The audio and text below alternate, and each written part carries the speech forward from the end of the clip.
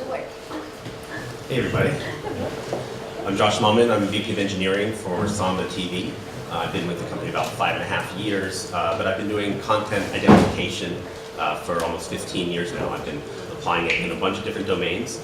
So the talk tonight is going to be kind of a brief history of where Content ID has been in the past, where I see it going in the future, and kind of a technical overview. Not super deep, but just to give you a sense of how we accomplish these things in the industry. So what is CID, or Content ID? Also sometimes called ACR. ACR stands for Automated Content Recognition.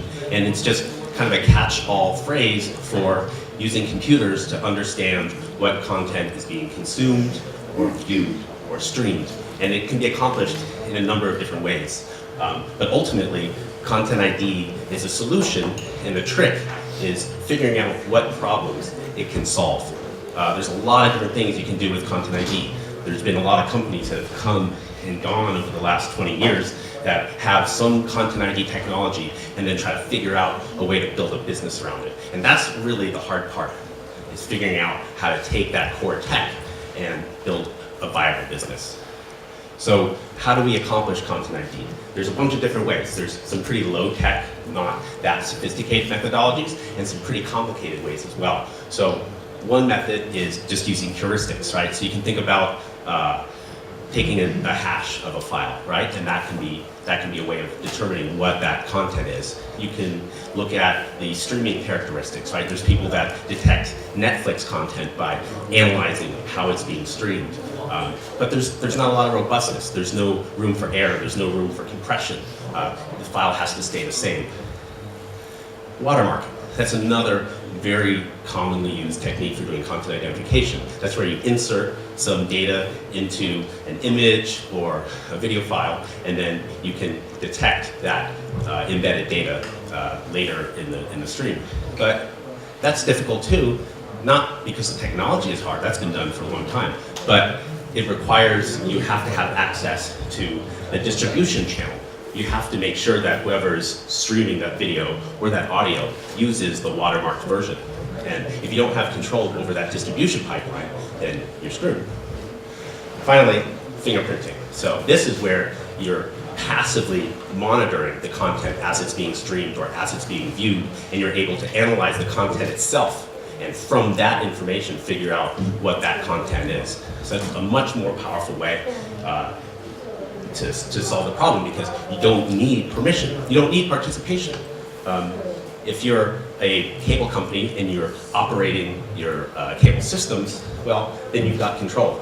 But if you're a startup company and you want to get access to that data, the cable companies aren't going to play with you. So you need a way of doing it without permission, and fingerprinting is the way. So how does fingerprinting work? I'm going to stay pretty high level, but there's some basic fundamentals that pretty much every fingerprinting Content ID solution that I've encountered has to follow. So you need three main things. You need the fingerprints themselves. This is what's generated from the video or the audio or the image or whatever, the fingerprint itself. You need a way of storing these fingerprints. If you're going to be matching fingerprints, you need a place to store them, and then you need a way to retrieve them. And how you design that is very important to the domain in which it's being applied.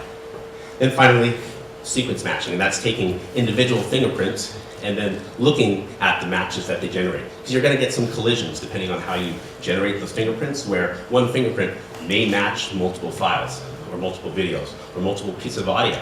So you need a way of handling those cases. So what is a fingerprint? How do you generate a fingerprint?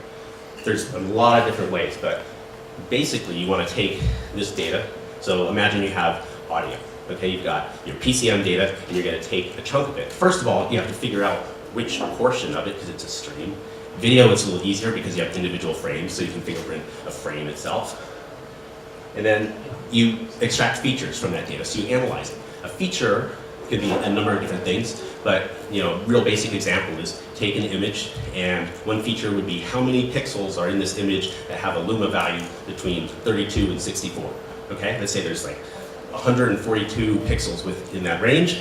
There's a feature. So feature selection is actually really important, because you need to make sure that those features are going to survive the distribution pathway that that data is flowing through. If you think about a video that's coming from a production house, it's getting sent over satellite, it's getting recompressed and then streamed to your house over the internet or over your cable company's lines, the data is going to change. And so you need to make sure that those features that you're selecting are agnostic to that kind of noise. But in any event, you build up a bunch of features, and then you've got your feature vector. And that could be a fingerprint if you want, but it's not going to be super robust because, again, if there's any noise in that distribution pathway, some of those features may change. They may cross the boundary. So you'll typically quantize that to handle those cases. And then that could be your fingerprint, but when we're talking about storing those fingerprints, you need to make sure you can store it efficiently. So a pretty common technique is then to hash that feature vector, which then spreads the fingerprint values out across a much more distributed space. Okay, storage and retrieval. So now you got your fingerprint, what are you going to do with it? You need to be able to store it in a place and look it up very efficiently. If you're doing real-time content identification, you're doing a lot of fingerprints and it has to be fast.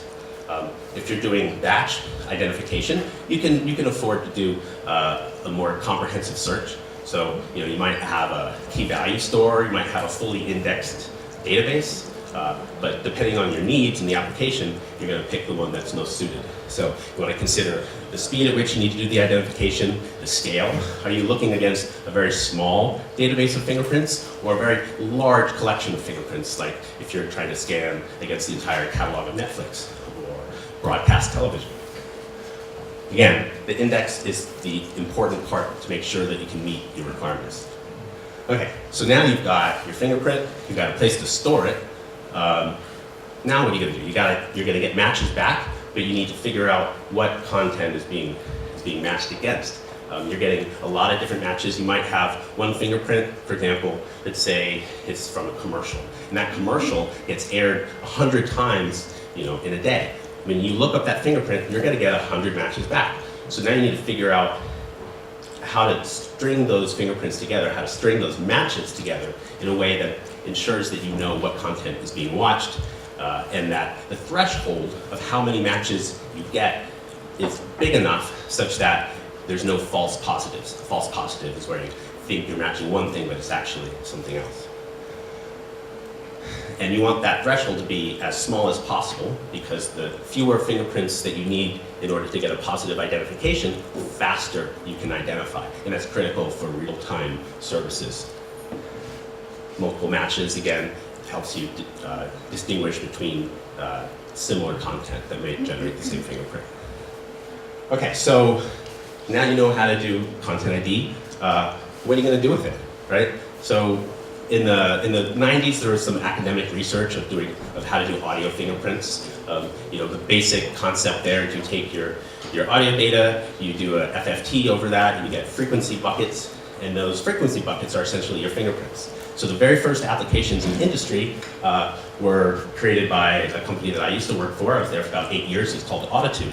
And we created a ID3 meta tag filler. Basically, if you guys remember back then, everybody was downloading MP3s. Everybody was ripping their CDs into MP3s, but there was no metadata. So you would download all these MP3s from Napster or whatever methodology, but the ID3s were empty. And so we developed Content ID technology to automatically identify the song and then fill out those metadata tags.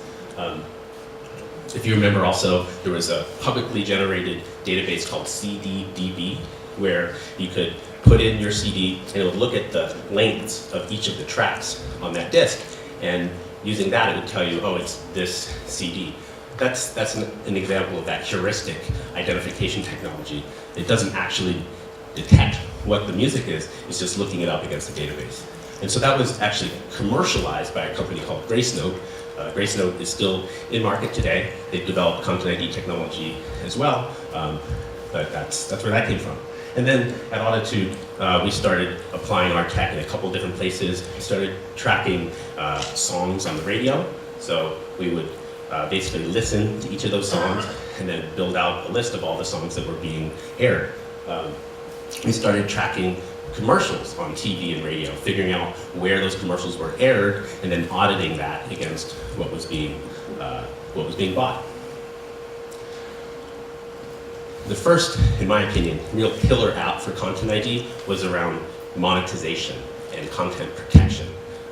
If you remember the early days of YouTube, you could find every episode of The Simpsons and South Park, and the media companies were freaking out because suddenly they lost control over how their content was being distributed. That's how YouTube got their start. You know, they were pushing boundaries, doing things that were ostensibly illegal, but they were protected by Safe Harbor. Safe Harbor basically said, as long as you don't know what that content is, you're not really responsible for what it is. But the industry knew that content identification technology could make it possible for YouTube to know what was there. And so there was a real push for them to integrate that into their stack. And eventually they did. And so my company indexed all of YouTube. We were looking at all the content being uploaded. We matched it against broadcast television. And then we helped monetize that content on behalf of the consumers, or the producers, rather. So, you know, YouTube learned that they had to work within the industry. They developed their own Content ID technology, but there was still a lot of opportunity for third-party companies to find content that YouTube wasn't locating and monetize that content for them. So that's what my company was doing, but eventually those opportunities kind of waned and went away as they got more sophisticated. So you can also start applying Content ID on user applications, right? So you're probably familiar with Shazam, which is neat. You know, you hit a button, it'll listen to the song that's playing and tell you what it is. It's a great party trick, but there's not a whole lot of great monetization opportunities there. So it's not an area that we pursued. IntoNow was a spin-off from Auditude, which was my previous company. And you can think of it kind of like Shazam crossed with Foursquare, where you're watching TV, you hit the button, it listens to it, and you're like checking into that show. Again, it was kind of neat, but ultimately not a big method for monetizing this content. So we ended up spinning that off and selling it to Yahoo, where it died like things tend to do. So the real exciting part for Content ID, where the next frontier is, and is what we at Samba TV work on, is inside the television. So now we're running a Content ID client that's always on, assuming the user opts into the service, and we can detect what they're watching second by second, and even at sub-second intervals. So it was made possible by smart TVs that suddenly had processors to run apps. And so we jumped into that space in order to provide those services and also power first and second screen applications. So the current state of Content ID is such that there's a lot of solutions out there. There's a lot of companies that are trying to get into that space. So what's really important is that you figure out how to monetize that data, how to build an ecosystem of services and products around the data.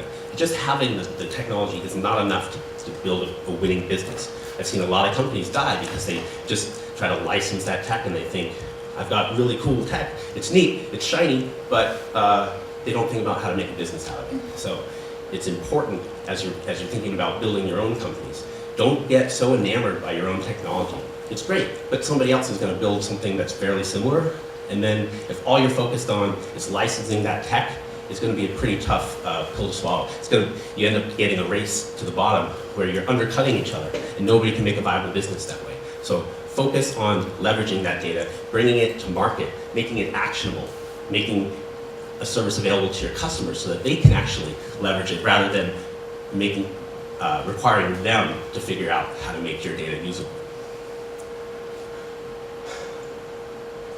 So where are we going next? So Content ID is cool tech where it tells you A matches B and that this content is being consumed. But what next? I think what's really exciting in the areas that we're trying to move into at Samba TV is starting to look inside the video.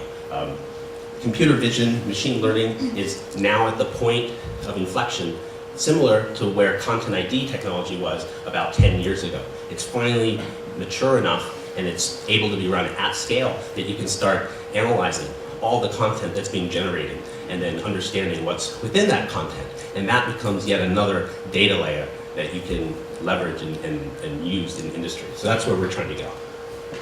So what's really exciting for me is watching this industry kind of mature over the last 15 years, where initially it was just about figuring out what content was being watched, and then who is watching it, where are they watching it, how are they consuming it. But as you start to understand the content itself, you become capable of affecting how that content is created. You can find advertisers for long-tail content that wouldn't have known it existed. You can help shows that might have been canceled actually stay on the air. And you can inform producers of that content what's working and what's not, and who's it working for and who it isn't working for. So it's really exciting to see it go from this measurement tool of passive observance into actually affecting change and being part of that production cycle. And that's it. Thanks.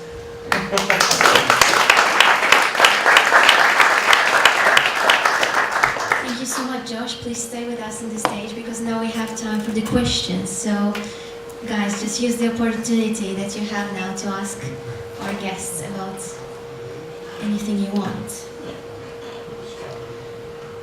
Does anybody have a question? Okay, I'll start here.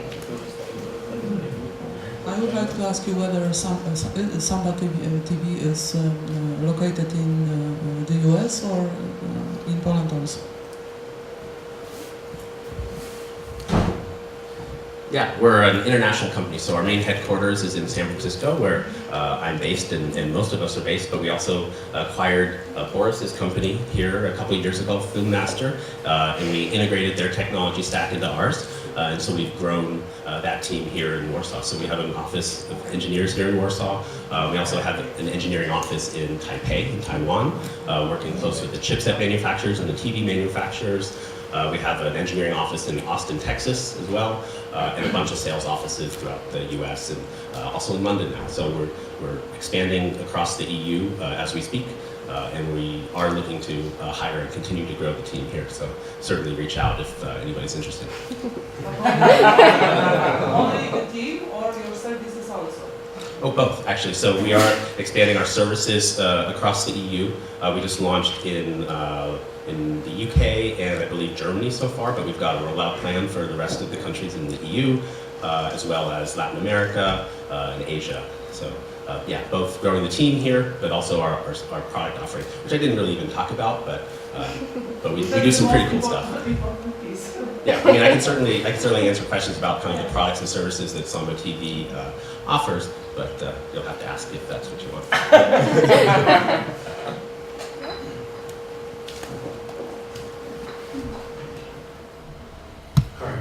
Actually, I want to ask about the services that you do. Do you provide, or do you know anyone that would provide a service that would basically check my video content if it's used in ways that I do not want it to be used? I want to basically claim video content that is mine and have some automation for researching if it's ripped off somewhere else. Is it possible?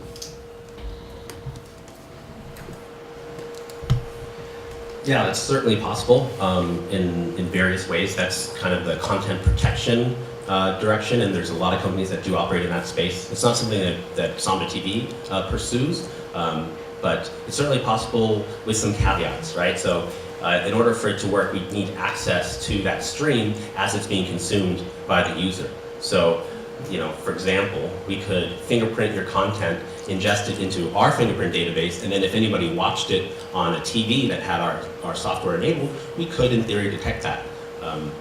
You know, our approach here really is not to get into content protection. It's more into understanding consumption. So, for example, we don't know what a user is watching unless it's something that we've fingerprinted and put it into our database. So if you're watching a home movie or something like that, we don't know. We don't want to know. There's no pixel data that comes off the TV. Privacy is very important to us, and so we really try to you know, err on the side of being protective of the consumer. But that said, if you're interested in those kinds of services, they do exist. Yes. Who else? We still have some time for questions. Hi Josh, thank you for the presentation. I wanted to ask, you said that you are mostly interested in the consuming of the media, of the content. Are there any solutions for targeting, for marketing, based on what the user is digesting? Yeah, Yeah, absolutely, and that is how we generate revenue. So that's our main business line. So we do a number of things in that space. We build up data sets of devices within households that watch certain bits of content, and then we push segments of those devices out into the ad exchanges. So, for example, let's say you're a movie production company and you're developing a zombie movie that's coming out in theaters next week. What we can do is we can build a custom segment for you of devices from households that watch The Walking Dead, that watch certain shows on Netflix, that subscribe to HBO HD, whatever you think fits your target segment, and then you can advertise your movie directly against those people. And so we basically can create targeted advertising campaigns, and that's a major revenue generator for us today. But we've got a ton of different services additionally around that. So if you're an advertiser and you're advertising on television, we can help you track how effective those advertising dollars are. We can help you optimize your advertising spend as well. There's a whole host of services in that area. Which networks do you work on? What do you mean? Which TV networks? Yeah. Everything. So we fingerprint the top 400 plus channels in real time, and so anybody that's watching any of that content, we can detect. We also ingest long form Netflix and Hulu and Amazon Prime and a lot of popular content. We also ingest some video games, so we can detect when people are playing video games on their TV as well. And so we package that data together and we build services on top of that we then bring to market for advertisers, marketers, broadcasters. We've got a lot of different customers in those areas.